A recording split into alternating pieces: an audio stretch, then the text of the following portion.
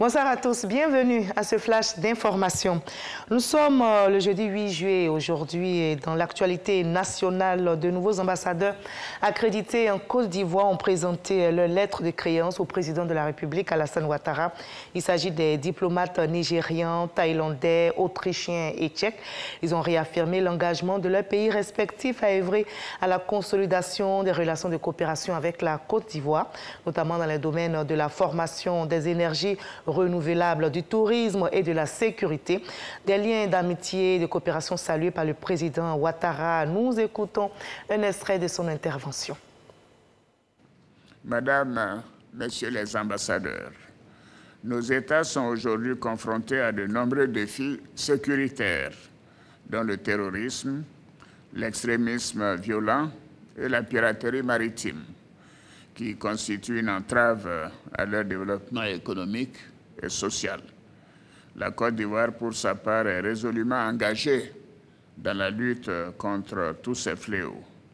Je voudrais, à cet égard, saluer la création ici même, en Côte d'Ivoire, de l'Académie internationale de lutte contre le terrorisme, qui a été inaugurée le 10 juin 2021 dans la ville balnéaire de Jacquesville. Je saisis cette opportunité pour inviter vos États respectifs à apporter leur appui au fonctionnement de cette académie, qui constitue un important instrument pour la sécurité de la sous-région ouest-africaine. Et notez qu'un an après son départ, on ne l'oublie pas, la Côte d'Ivoire rend hommage à l'ancien Premier ministre Amadou Gon Coulibaly, arraché à l'affection des Ivoiriens le 8 juillet 2020.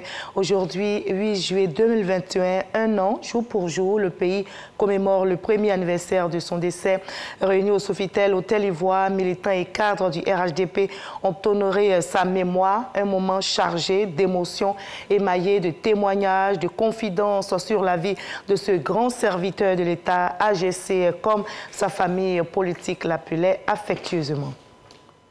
Première nuit en prison pour Jacob Zuma, l'ancien président sud-africain condamné à 1 an, 3 mois de prison pour outrage à la justice est rendu à la police la nuit dernière. Il avait quitté sa résidence dans le KwaZulu-Natal peu avant minuit, évitant ainsi une intervention de la police. Le recours engagé en urgence par son équipe juridique n'a pas suffi à repousser l'ordre de l'arrêté émis par la Cour constitutionnelle. Jacob Zuma, poursuivi dans de nombreuses affaires de corruption, a saisi une cour provinciale pour obtenir l'annulation de son arrestation et celle-ci doit se prononcer ce vendredi. Et l'OMS qui tire la sonnette d'alarme, la levée des mesures sanitaires face au coronavirus est accompagnée d'un certain relâchement dans les gestes barrières, ce qui a provoqué une résurgence des contaminations Covid-19. Elles repartent à la hausse quasiment sur tous les continents, particulièrement en Europe. Alors que l'on vient de passer la barre des 4 millions de morts, l'OMS prévient à nouveau abandonner les mesures anti-Covid-19 trop rapidement aura des conséquences. Notez que parmi les pays qui ont signalé le plus de nouveaux cas figurent le Brésil, l'Inde et la Colombie. Et le coronavirus qui continue d'imposer sa loi. Un autre coup dur vient d'être porté à l'organisation des JO qui avait dû retarder ces Jeux d'une année à cause de cette pandémie de Covid-19. C'était en 2020. Les JO finalement se tiendront à Tokyo, mais à huis clos, donc sans public.